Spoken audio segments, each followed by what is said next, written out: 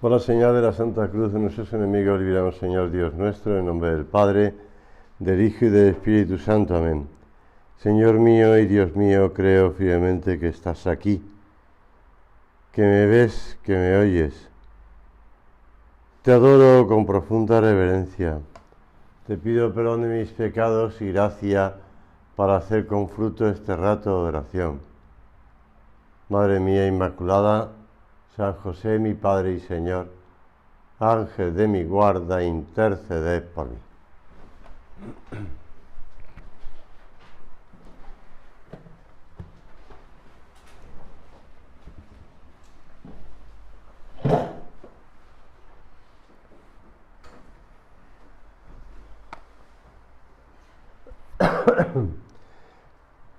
El Evangelio de hoy me recuerda algo que me llamó la atención y que me encantó, vamos a decirlo así. Dice San Mateo que después Jesús salió de allí y se retiró a la región de Tiro y Sidón. No sé si alguna vez has estado en el Líbano, pero una de las cosas que te pueden enseñar cuando vas al Líbano es, entre Tiro y Sidón hay unas cuevas en lo alto de la colina, o las montañas si quieres, donde según la tradición, cuando Jesús visitaba con sus apóstoles esta región, la Virgen y las santas mujeres que acompañaban al Señor, como no podían entrar en ciudades paganas, pues se retiraban a esa cueva. Y en esas cuevas ahora hay unas, bueno, pues en ellas hay unas capillas, ¿no? Y encima hay un santuario. Y me llamó la atención y me gustó mucho saber ese detalle de que la Virgen podía haber estado en esa cueva y de que podría haber estado allí preparando, pues, no sé, comida para Jesús y sus apóstoles. Allí la Virgen rezaría por los frutos apostólicos de su Hijo, y también pues estaría cuidando y tratando a las santas mujeres que acompañaban al Señor. Y además viene a cuento porque estando Jesús en esa región, una mujer cananea, sirofenicia, una mezcla de los dos países que están ahí ahora mismo, Fenicia y Siria, venida de aquellos contornos, se puso a gritar: Señor, Hijo de David, apiádate de mí. Mi hija está poseída cruelmente por el demonio. Ya sabemos que el Señor no le hace mucho caso al principio y ella tiene que insistir, tiene que, bueno, pues hacerse rogar,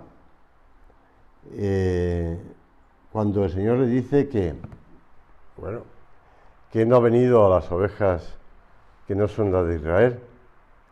Y aquella mujer, por una parte, tenía lo de los sirios y por otra parte los fenicios, es decir, libaneses, ¿no? Pero insiste, también los perrillos se comen las migajas que caen de la mesa de su amo. E insiste. El otro día me mandaba un mensaje una persona, un amigo, diciéndome que otra vez volvía a estar con una cierta depresión y que iba a acudir a un psiquiatra que le vino muy bien otra vez y que además bueno, coincidíamos los dos en el centro del club de San Fernando, Cádiz, cuando éramos niños, o chavales. Y después el otro día me lo encontré. Estaba yo cenando con un sobrino y me lo encontré que estaba cenando con su mujer.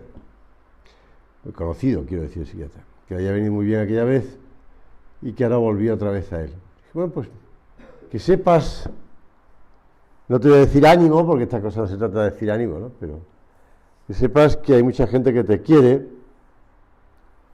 y que además, pues, tu Padre Dios cuida de ti. Eso es lo que nos enseña el Señor, a acudir a nuestro Padre de Dios, a tener esa confianza en nuestro Padre de Dios, esa seguridad. Ayer salía en la sesión que tuvimos de tanto de uno como de otro, pero sobre todo del profesor Sarañana, salía esas palabras de Jesús: yo soy el camino, la verdad y la vida, nadie va al Padre si no es a través de mí. Muéstranos al Padre, le dice Felipe. ¿No crees que yo estoy en el Padre y el Padre en mí? Las palabras que yo os digo no las hablo por mí mismo, el Padre que está en mí realiza sus obras. Nosotros somos conscientes de esa cercanía de Jesús, porque está con nosotros ahora en el sagrario. Somos conscientes de que Jesús nos acompaña, o como alguien contaba ayer en la tertulia, de esa pregunta que le habían hecho al Padre, al prelado del Opus Dei, y el Padre: Dios está aquí conmigo, está en mi interior, está conmigo, Dios cuida de mí, Dios me protege, me acompaña, soy hijo de Dios. ¿Os acordáis de una película muy antigua? Si estuviera aquí Pepo Orestes, se acordaría enseguida, claro, porque se dedica a esto. Pero a veces empieza a decir, allí en mi casa empieza a decir actores de cine que ni me suenan. Bueno, igual que las canciones de ayer tampoco me sonaban ninguna, ni sabía quién era quién. Pero bueno, entonces hay una película ya antigua que después leí el libro, y en el libro cuenta cosas que no salen en la película. La película es La fuerza de uno, y el libro en el que se basa la película es La potencia de uno. Y como, si os recordáis, narra la historia de un niño inglés que pues está en medio de Sudáfrica, cuando el momento del apartheid, y pues el niño en un momento pequeño pues va a una escuela para blancos y bien, entre otras cosas, tienen clases de catequesis. Y uno de los niños le pregunta a la catequista que si los negros también van al cielo. Entonces la catequista no se moja, dice: no, eso hay que preguntárselo al pastor. Entonces el pastor, cuando le preguntan los niños con insistencia, a los niños hay que responderle enseguida, porque al minuto 2 se le ha olvidado la pregunta ya. Pero no se le ha olvidado que no le ha respondido. Entonces el pastor le dice: sí, claro, por supuesto que los negros también van al cielo. Ya lo dice Jesús: en la casa de mi Padre hay muchas moradas, unas para blancos y otras para negros. Bueno, pues efectivamente no es así. Por mucho que salga la novela esa respuesta, que no creo que fuese así, pero bueno. La verdad es que lo que nos dice el Señor es que en la casa de mi Padre hay muchas moradas. Y esas moradas, distintas, si quieres, o son modos en los que se verán colmados todos nuestros anhelos vitales y de conocimiento, de vida y de verdad. No porque lleguen a ser objetos de conquista y posición propia, sino porque comprenderemos que la verdad y la vida confluyen en una persona. Salí ayer en la primera sección, ¿no?, a la que se conoce y se ama, Jesús. No se trata de seguir una ideología, una idea. Se trata de seguir a una persona viva. Todos los días en la Santa Misa escuchamos esas palabras que el sacerdote le dirige directamente a la segunda persona de la Santísima Trinidad, cuando ya está presente en la hostia consagrada. Señor Jesucristo, que dijiste a tus apóstoles: la paz os dejo, mi paz os doy. No tengas en cuenta nuestros pecados, sino la fe de tu Iglesia. Esas palabras con las que estamos tan familiarizados, que las repetimos de memoria, si quieres, nos pueden ayudar a profundizar en el sentido de lo que el Señor quiere transmitirle a sus apóstoles y con ellos también a ti. Conscientes de que Jesús quiere ayudarnos a entender que la fe es una profunda fuente de paz, de confianza, de seguridad. Que no tenemos que buscar la seguridad ni la confianza. Yo no digo yo que no sé, haya que ir al psiquiatra, puede ayudar y ayuda a veces. Otras veces no, otras veces hay que... Yo digo que los médicos son médicos, pero no son Jesucristo, ¿no? Es decir, que cura todas las enfermedades. Pues hay que acudir más profundamente a Jesús. La fe no es pensar que todo va a salir bien, ojo. Como le digo yo a veces a los niños, claro, es que tú estás pidiendo una cosa y no sale. Bueno, pues nada, cógete una moneda de 1 euro y vete a la máquina de Coca-Cola y de refresco y echa. Y escoge lo que quieras salir y sale. Pero Dios no es una máquina de Coca-Cola. Dios no es esa máquina que tú echas la moneda y sale lo que tú quieres. De hecho, pocas horas después de lo que el Señor está hablando con los apóstoles, termina colgado en el madero de la cruz. No se haga mi voluntad, sino la tuya. Señor, tú lo que quieres es que confiemos en que tú eres la luz verdadera que ilumina a todo hombre que viene a este mundo. Y que creer en esa luz implica asumir la existencia de la oscuridad.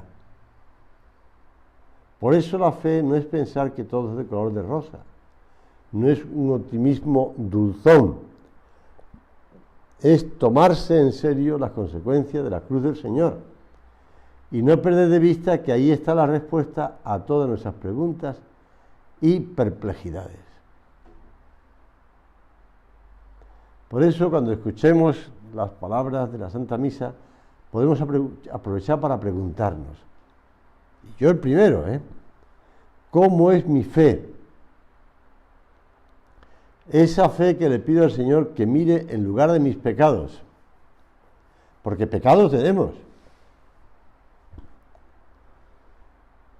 Afortunadamente no es una petición individual, se lo pedimos al Señor que mire la fe de su Iglesia.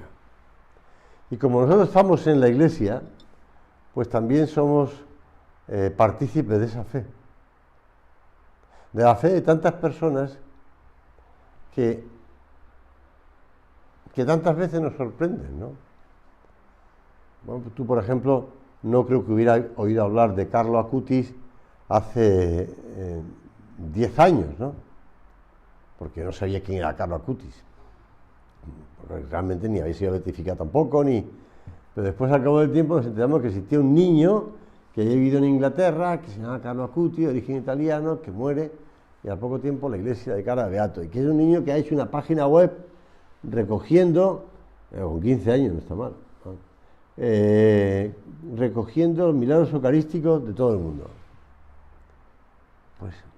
Pues la fe de ese niño es una de las cosas que están presentes en la misa cuando tú dices, no vienen nuestros pecados, sino la fe de tu iglesia. O la fe de esa persona que está sufriendo un cáncer en tal país o en tal sitio y que está uniéndose a los sufrimientos de Cristo en la cruz y está pidiendo por todos en la iglesia. O ese, al que hablaban ayer de las persecuciones, pues ese sacerdote que ha sido secuestrado hace poco, bueno, cada vez está secuestrando más, en Nigeria, y que lo encuentran muerto, pues que se resiste a abandonar su fe y a apostatar de su fe. Y tantas personas, la fe de la iglesia, por eso estamos muy protegidos. Os lo he dicho ahora antes de que suceda, para que cuando ocurra, creáis. Lo dice el Señor a los apóstoles y nos lo dice a nosotros cuando vienen momentos de contrariedades, de dificultades, de sacrificio o de que las cosas no salen como nos gustaría que saliesen. A nosotros nos pide fe en algo que ya ocurrió. A los apóstoles todavía no había ocurrido, pero que sigue iluminando todas las realidades humanas con la misma fuerza del primer día. Es un antes y un después. Las personas que viven de fe son repetidamente alabadas por la palabra de Dios. Si coges la carta a los Hebreos, siempre que recuerdo la carta a los Hebreos, capítulo 11 y 12, me acuerdo, por cierto, así después rezamos un responso por un sacerdote que acaba de fallecer en Valladolid, esta madrugada, don Enrique Sanz. Pues me acuerdo de una meditación yo creo que fue un curso de tiro, de un sacerdote en Galicia que ya falleció, aunque era de origen aragonés. Pero recuerdo una meditación, y además después le vi el papel que había utilizado para preparar la meditación, siguiendo la carta a los Hebreos, capítulo 11 y 12. Me llamó la atención cómo había preparado la meditación y cómo la fuerza que ponía para predicar sobre la fe. La fe es garantía de lo que se espera, la prueba de las realidades que no se ven. Así empieza el versículo primero. Y añade, por ella fueron alabados nuestros mayores. Y yo siempre que pienso, en esto no pienso solamente en el Antiguo Testamento, ¿no?, que es lo que está haciendo referencia la carta de los Hebreos, sino pienso en nuestros mayores, empezando evidentemente por nuestro padre, por San José María, por el Beato Álvaro, y va siguiendo pues todos nuestros hermanos mayores en la obra. Por la fe, don Juan Jiménez Vargas, es que no voy a decir, me acuerdo por don Juan Jiménez Vargas por una anécdota que oí contar de él, hablando de la fe.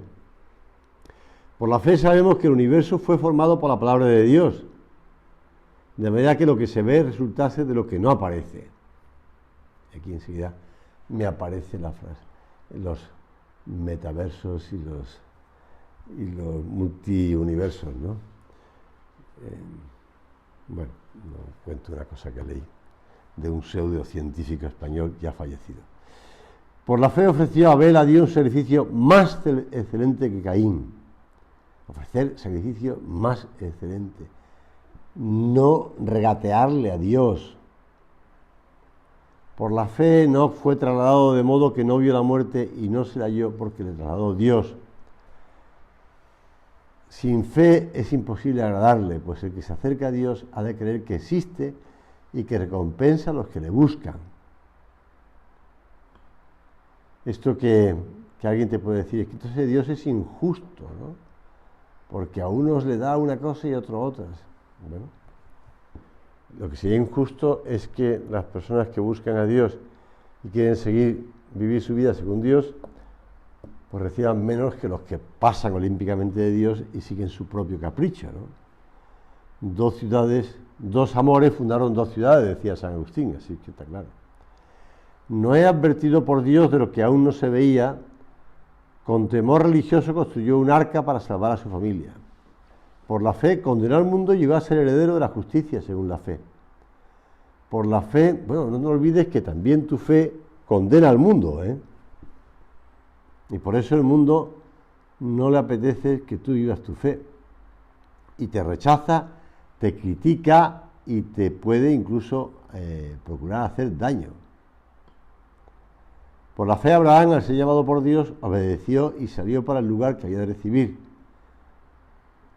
Bueno, ¿y a qué continuar?, dice en el versículo 32. Pues me faltarían, y va diciendo, pero ya no cita con detalle, y yo tampoco. Y todos ellos, aunque alabados por su fe, no consiguieron el objeto de las promesas. Dios tenía ya dispuesto algo mejor para nosotros, de modo que no se veía. Algo mejor para ti.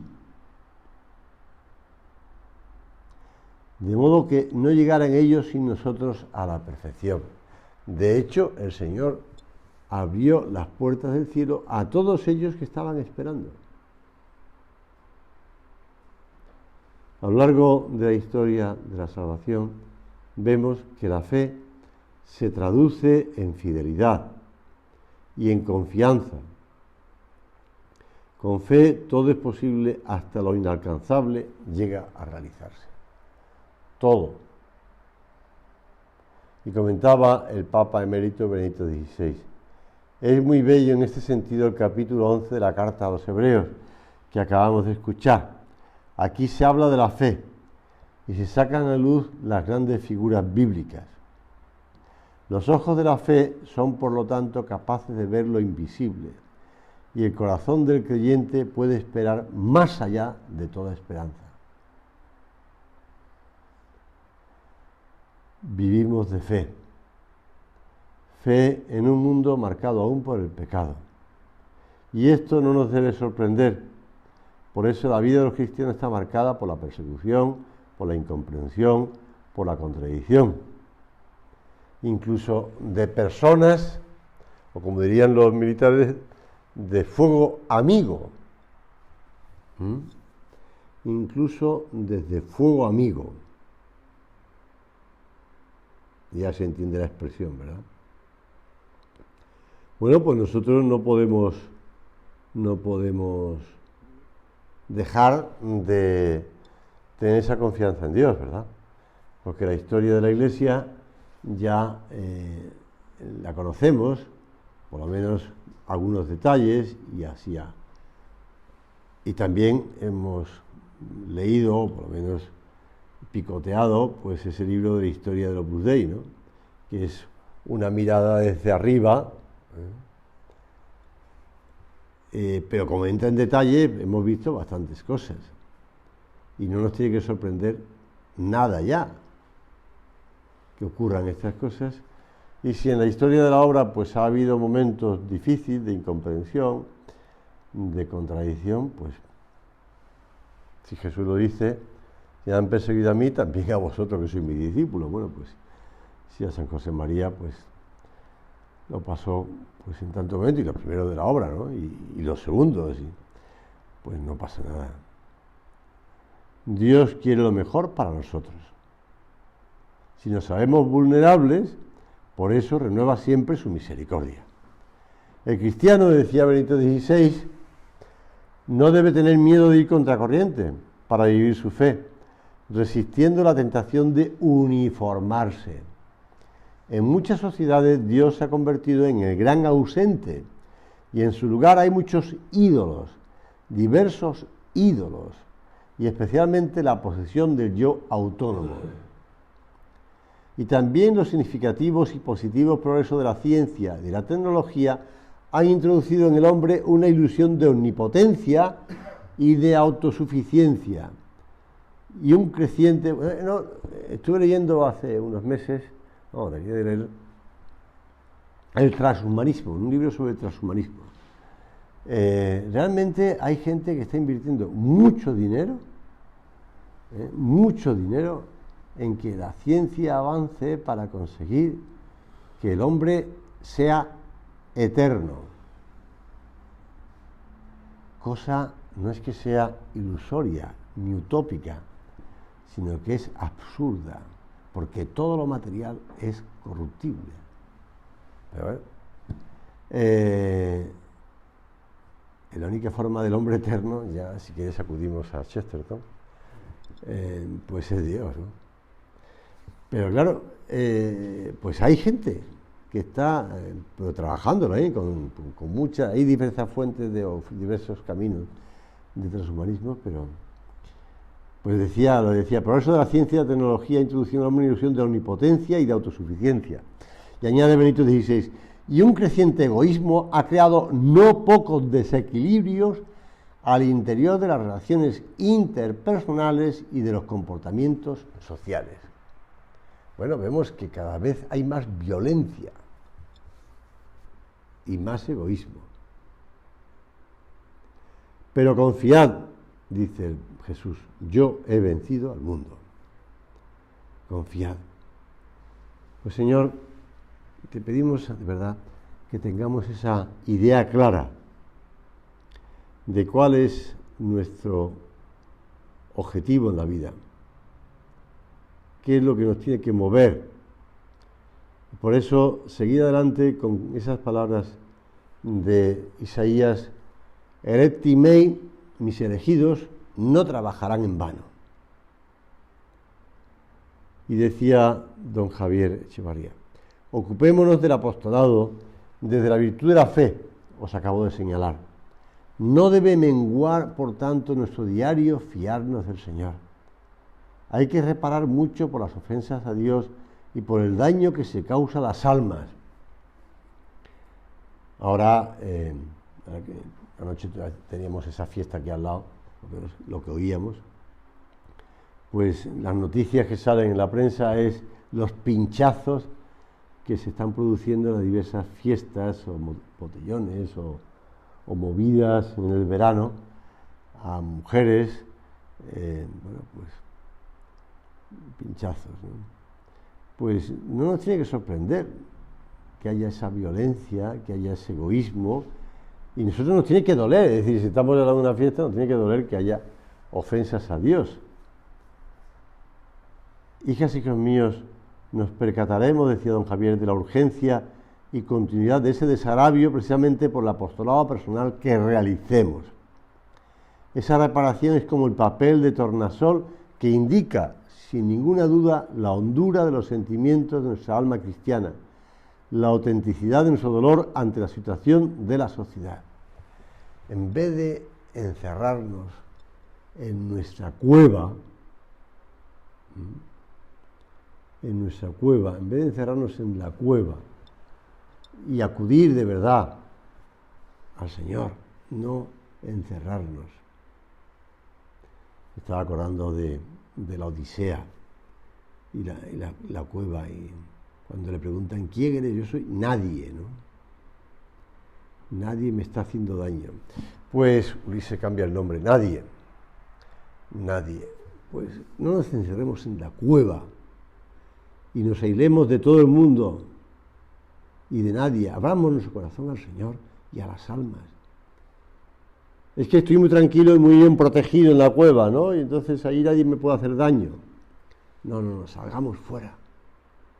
Salgamos fuera. Pensemos en los demás. Abramos nuestro corazón a la necesidad de los demás. La necesidad que tienen los demás. En el tomo 3 de Vázquez de Prada, tiempo a acabar ya, dice: el confusionismo, base de aquella contradicción, lo disiparon el correr del tiempo y la prudencia del fundador. El asunto era un claro ejemplo de las dificultades que encontraban algunos religiosos, en este caso el arzobispo de Dublín, para entender el carácter secular del Opus Dei y la novedad que representaban en la historia de la Iglesia los institutos seculares. Calificando el hecho de pequeña contradicción, el fundador animaba a sus hijas y a sus hijos a no perder la alegría, a no faltar a la caridad y a que se abstuvieran de juzgar. En octubre de 1947, José Ramón Madurga Lacalle, miembro del Opus Dei, fue a Irlanda a seguir un curso de especialización en un college de Dublín. Por encargo del fundador visitó al arzobispo. El arzobispo interpretó mal su presencia, pensando que se trataba del establecimiento en su diócesis de una nueva institución religiosa. Poco más tarde, por indicación del padre fue a Dublín Pedro Caciaro, que trató de explicar al arzobispo la verdadera naturaleza y el apostolado del Opus Dei. No dio permiso el arzobispo para establecer una residencia universitaria en Dublín. Una carta del fundador y posterior visita de don José María Hernández Garnica y una entrevista con el nuncio en Dublín no cambiaron el parecer de Monseñor McQuaid, completamente cerrado en su idea de tratar al Opus Dei como si fuese una congregación religiosa. Igual suerte corrieron otros intentos. Finalmente, un año más tarde, en agosto del 52, don Álvaro del Portillo tuvo una larga entrevista con el arzobispo, el cual por fin concedió su venia. El 11 de agosto, se cumple dentro de unos días un aniversario, concretamente el 70 aniversario, para la elección de 2 centros en Dublín, uno para hombres y otro para mujeres. Desde entonces, el arzobispo mostró sincero afecto y estima por el Opus Dei. Bueno, pues no pasa nada, ¿verdad? Como decía San José María en una carta a José Ramón Madurga y a Cormac Burke, calma, no olvides que el Señor escribe derecho con líneas torcidas. Pues esto también nos ayuda a nosotros a tener fe. Yo recuerdo que don Álvaro, cuando se retrasó la elección del Opus Dei en prelatura personal, nos citaba esas palabras de Santa Teresa, ¿no? La paciencia todo lo alcanza, y nadie Dios tiene, nada le falta. Acudimos a la Santísima Virgen, maestra de fe. Maestra de fe es María. La confianza en la oración y a escuchar esas palabras del Señor y a guardarlas en su corazón, meditándolas en esa confianza en que es su Hijo el que nos dirige esas palabras y por tanto es Dios que hará todas las cosas nuevas.